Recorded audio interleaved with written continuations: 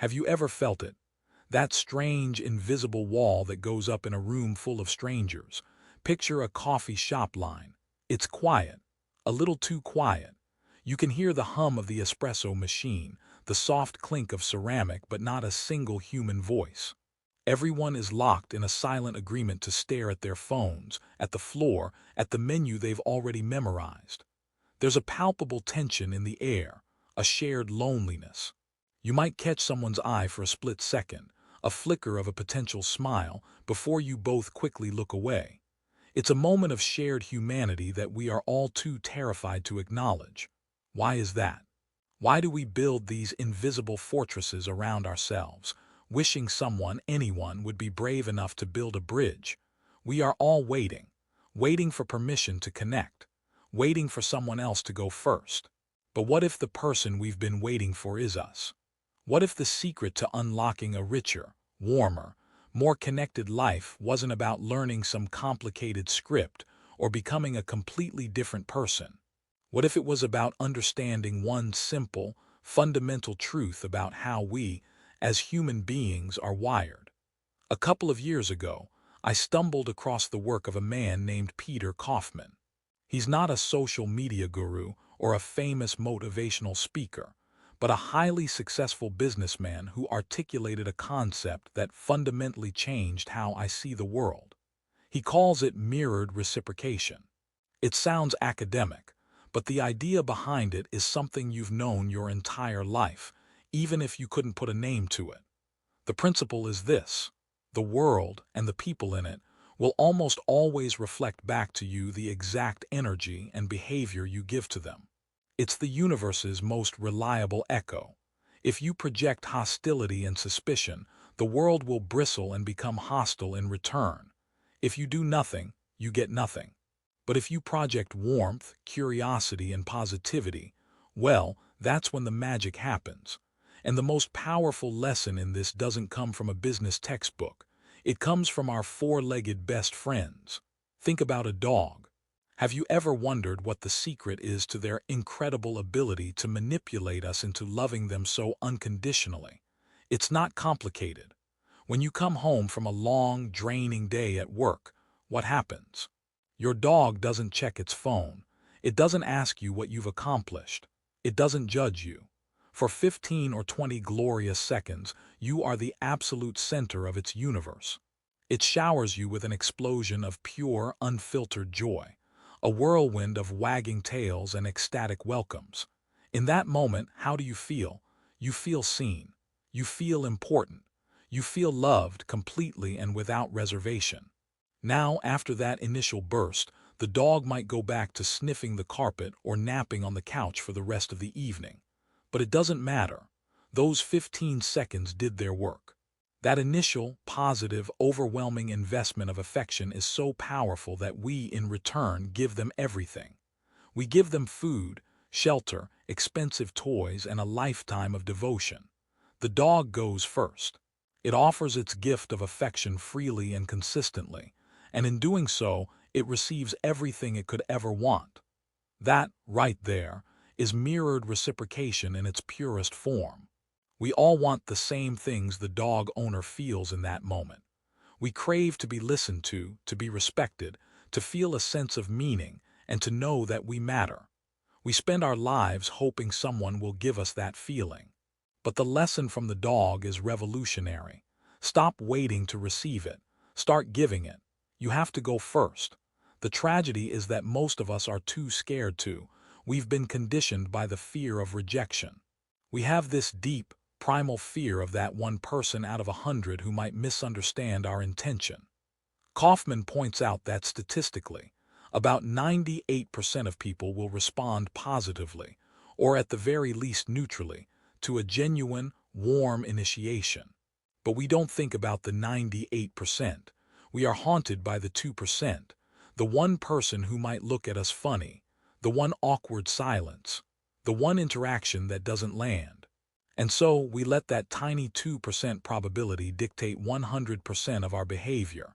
We stay silent. We keep to ourselves. We retreat into our digital worlds. This is why, as Kaufman says, you find people in bars late at night, nursing a drink, complaining to the heavens.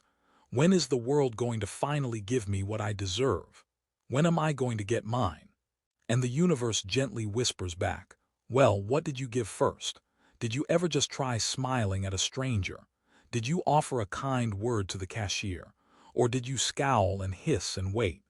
You are getting back exactly what you put in. If you are experiencing a world that is cold and indifferent, the first place to look isn't out there. It's within. What kind of world are you broadcasting? Because that's the signal the world will mirror back to you. Taking responsibility for this is the ultimate life hack. It's deciding that you will no longer be a passive thermometer, simply reflecting the temperature of the room. You will become the thermostat. You will be the one who sets the temperature. So, how do we do this? How do we become the one who goes first? It's far simpler than you think.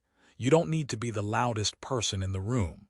You don't need to have a list of witty one-liners. The best way to start is by creating a tiny, shared reality. I call this the art of the shared observation.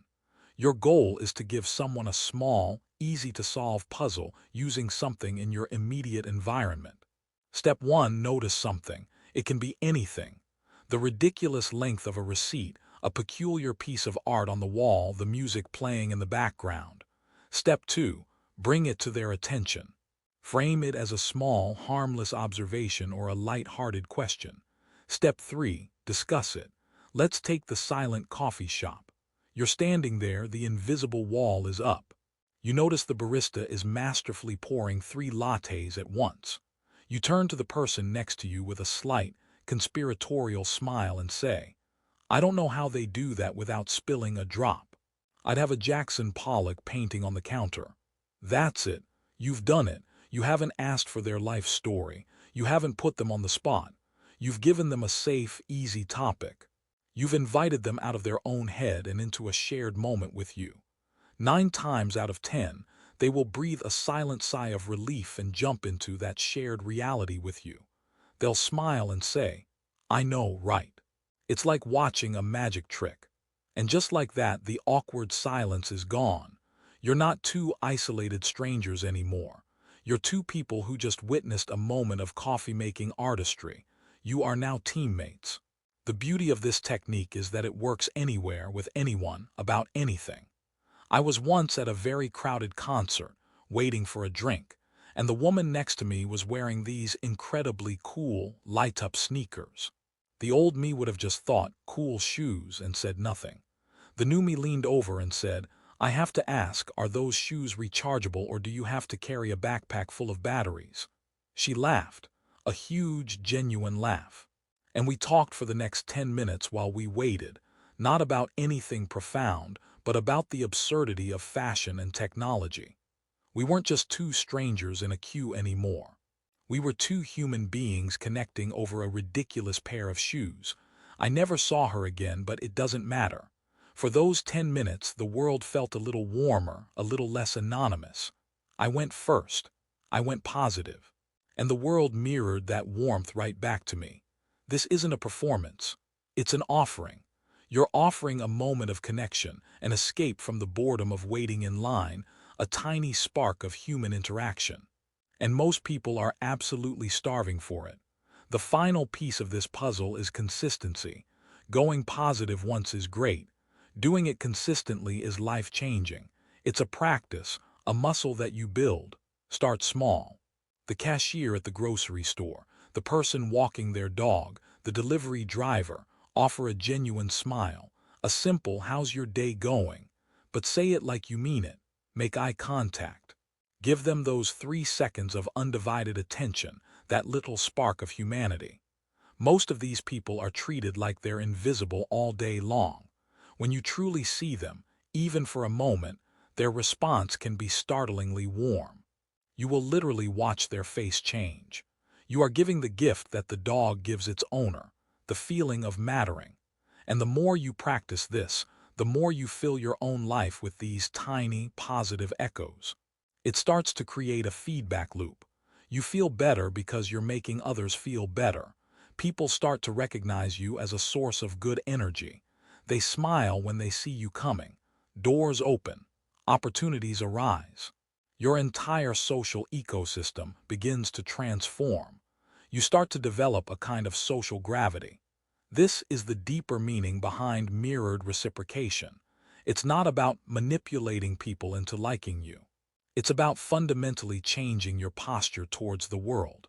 Are you an extractor, waiting to see what you can get from every interaction? Or are you a contributor, looking to add a little bit of warmth and value wherever you go? Being a contributor is the most selfish thing you can do, because by the unwavering law of the echo, all that warmth and value comes flooding back to you. So forget what you want for a moment. Forget about being interesting and focus on being interested. Forget about trying to be liked and focus on liking others. Forget about waiting for the world to care about you and make the first move by caring about the world. Take a chance on the 98%. Be the one to break the silence in the elevator. Be the one to compliment the ridiculous shirt. Be the one who offers a genuine smile for no reason at all. Go first. Go positive. Be constant. And then just watch as the entire world transforms to mirror the beautiful, connected reality you've chosen to create.